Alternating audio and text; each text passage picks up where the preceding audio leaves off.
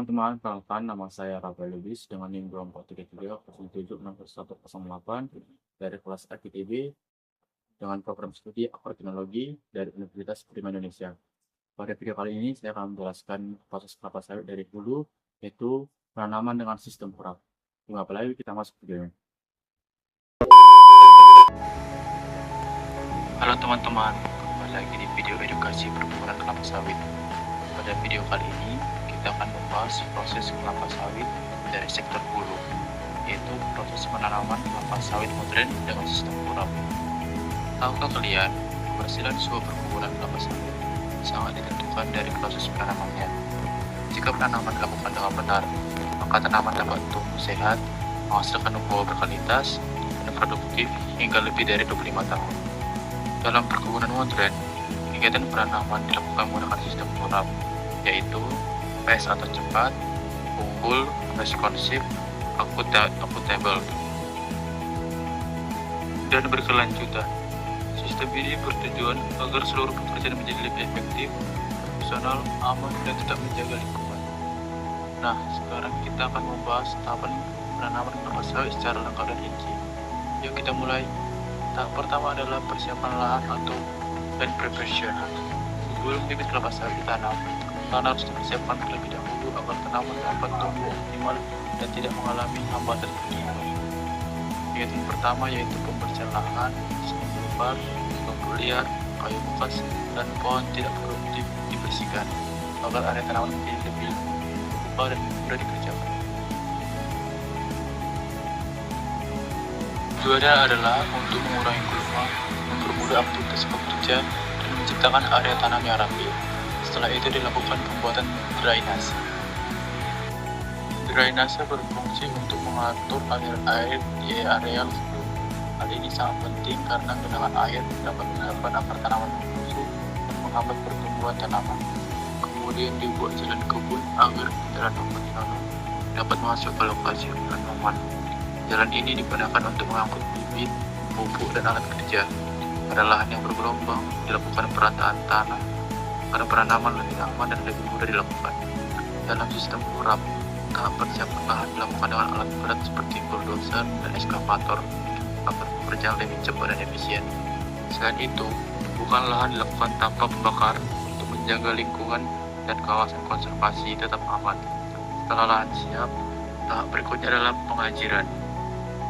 Pengajiran merupakan proses pemasangan ajar atau pancang sebagai tanda titik penanaman bibit. Tujuannya adalah untuk mengatur posisi tanaman agar rapi, teratur, dan memiliki jarak tanam yang ideal. Misalnya perusahaan menggunakan pola tanam segitiga sama sisi dengan jarak tanam 9 meter kali 9 meter kali 9 meter. Pola ini, populasi tanaman dapat mencapai sekitar 136 hingga 143 per hektar. Pola tanam yang baik membantu tanaman mendapatkan cahaya matahari secara merata dan mempermudah proses pemeliharaan maupun panen di masa depan.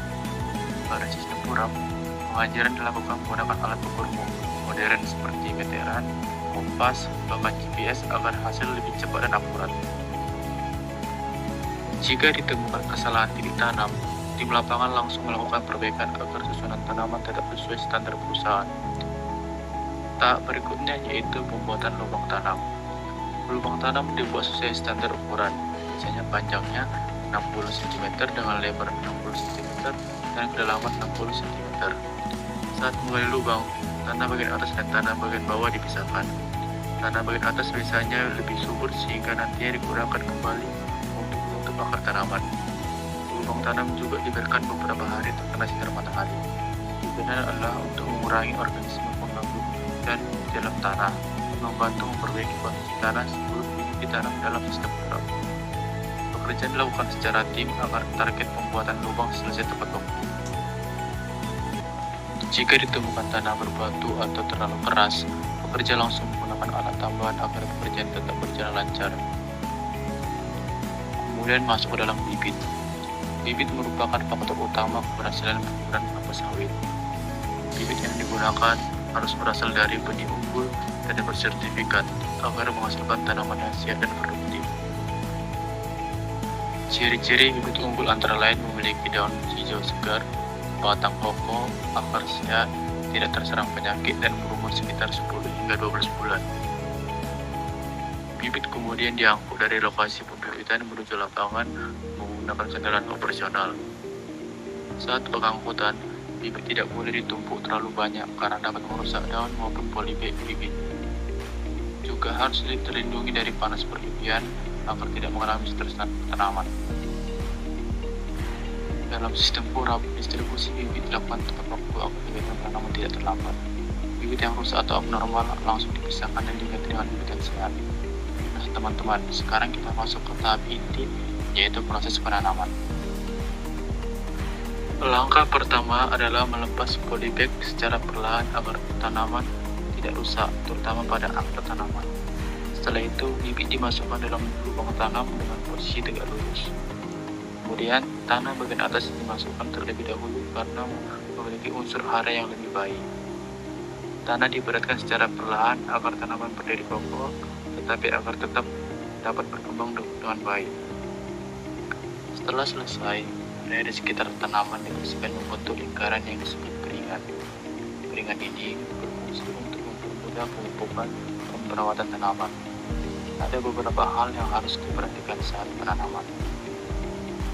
Yang pertama itu adalah titik tumbuh tanaman tidak boleh tertimbun tanah, akar tidak boleh terlipat, dan posisi tanaman harus benar-benar tegak. Dalam penerapan sistem purap, kemudian penanaman dilakukan secara kelompok agar target kerjaan tercapai dengan cepat dan efisien. Jika ditemukan tanaman miring atau rusak, tim langsung melakukan perbaikan di lapangan. Setelah bibit ditanam, tanaman memasuki tahap pemeliharaan awal. Tahap pertama yaitu penyiraman, terutama saat musim kemarau, agar tanaman tidak mengalami ketersayang. Kemudian dilakukan penyiangan atau pembersihan klima di sekitar tanaman. Tujuannya adalah untuk mengurangi persaingan unsur hara dan mencegah berkembangnya hama. Dan selanjutnya dilakukan pemupukan menggunakan pupuk seperti urea, NPK, HCl, dan nitrogen. Pemupukan bertujuan untuk mempercepat pertumbuhan vegetatif tanaman. Selain itu dilakukan pengendalian hama dan penyakit seperti contohnya hama yang sering menyerang tanaman kelapa sawit, ulat api, tikus dan kumbang batur. Pengendalian dilakukan sesuai standar perusahaan, baik secara manual maupun kimia. Jika ada tanaman mati atau pertumbuhannya abnormal, maka dilakukan penyisian atau penggantian tanaman. Dalam sistem purap, seluruh kegiatan pemeliharaan dilakukan sesuai jadwal rutin perusahaan dan seluruh data pertumbuhan dijaga secara berkala. Jadi teman-teman, itulah proses penanaman kelapa sawit modern pada sektor perkebunan. Mulai dari persiapan lahan, pengajiran, pembuatan lubang tanam, pemilihan bibit, proses penanaman, hingga pemeliharaan awal. Semuanya harus dilakukan secara tepat dan terencana dengan menggunakan sistem purap, yaitu fast, unggul, responsif, accountable, dan kelanjutan. Dengan itu, membantu perusahaan menciptakan proses kerja yang cepat, berkualitas, profesional, aman, dan tetap ramah lingkungan.